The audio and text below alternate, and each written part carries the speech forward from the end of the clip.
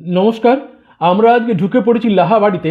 আপনারা দেখতে পাচ্ছেন আগেকার দিনে চওড়া কাঠের সিঁড়ি খানিকটা উঠে গিয়ে দুভাগে ভাগ হয়ে উপরে উঠে গেছে। আর সিঁড়িতে ওঠার মুখে দুটি প্রহরীর মূর্তি রয়েছে।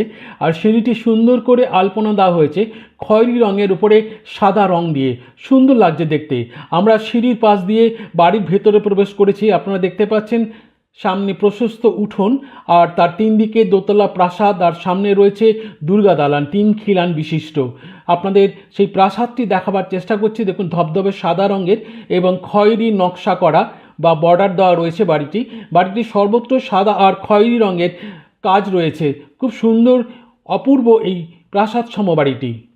এই বাড়িটি হচ্ছে প্রদীপ লাহার। এই বাড়িটির অবস্থান হলো ঠন্ডনিয়া কালীবাড়ির কাছে 1 নম্বর বেচু চ্যাটার্জি স্ট্রিটে। এই লাহা পরিবারে অনেকগুলি বাড়ি আছে কলকাতাতে। এক এক বাড়িতে পালা করে দুর্গাপুজো হয়। এই লাহা পরিবারের দুর্গাপুজো শুরু হয়েছিল আজ থেকে 350 বছর আগে বর্ধমানের বড়শুল গ্রামে। তার 100 বছর পরে চুচুড়াতে দুর্গাপুজো হয়েছিল। আর কলকাতায় দুর্গাপুজো শুরু হয়েছিল আজ থেকে 170 বছর আগে।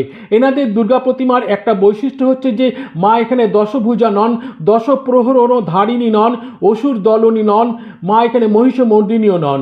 মা এখানে দ্বিভুজা, শিবের কোলে উপবিষ্টা। মা এখানে বড়ভয় দাত্রী।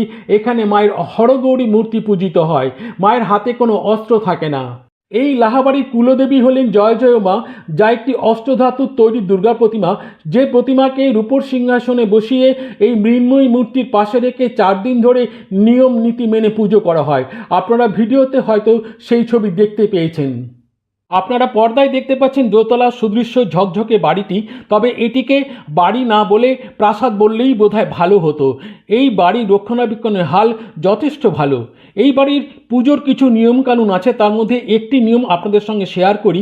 এই বাড়ি থেকে প্রতিমা বিসর্জনের উদ্দেশ্যে বেরিয়ে গেলে বাড়ির সমস্ত দরজা জানলা বন্ধ করে রাখা হয়। তার কারণ অনেক দিন আগে এনাদের এক পূর্বপুরুষ গঙ্গায় প্রতিমা বিসর্জনের পর যখন গঙ্গায় জলে হাত মুখ ধুচ্ছিলেন তখন একটি বালিকা এসে তার কাছে সাহায্য চায়।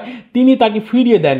তারপর বাড়ি ফিরে এসে দেখেন বাড়ির দরজা খোলা, অথচ তারা দরজা বন্ধ করেই কিন্তু প্রতিমাকে নিয়ে গঙ্গার ঘাটের উদ্দেশ্যে গিয়েছিলেন নিরঞ্জনের জন্য। তখনই তার উপলব্ধি হয় যে সেই মেয়েটি হলেন স্বয়ং মাই তার কাছে সাহায্যের জন্য এসেছিলেন। তিনি চিনতে পারেননি। সেই আক্ষেপ থেকেই এই বাড়িতে এই প্রথা পালন করা হয়। আপনারা পর্দায় দেখতে পাচ্ছেন লাহাবাড়ির দুর্গা প্রতিমা। ভিডিওটি দেখার জন্য অনেক ধন্যবাদ।